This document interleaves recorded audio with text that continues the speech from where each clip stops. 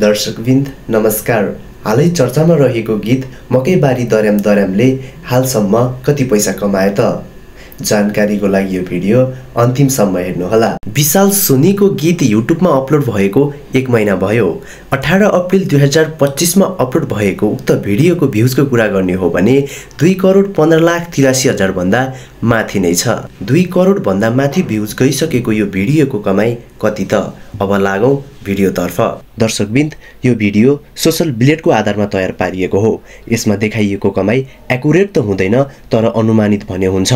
जस्तो कि $2,800 देखि $45,000 सम्म यो भिडियोले कमाई गरेको छ, जसलाई नेपालीमा ट्रान्सलेट गर्ने हो भने 3,82,784 देखि 61,51,188 रुपैयाँ यो भिडियोको कमाई रहेको छ।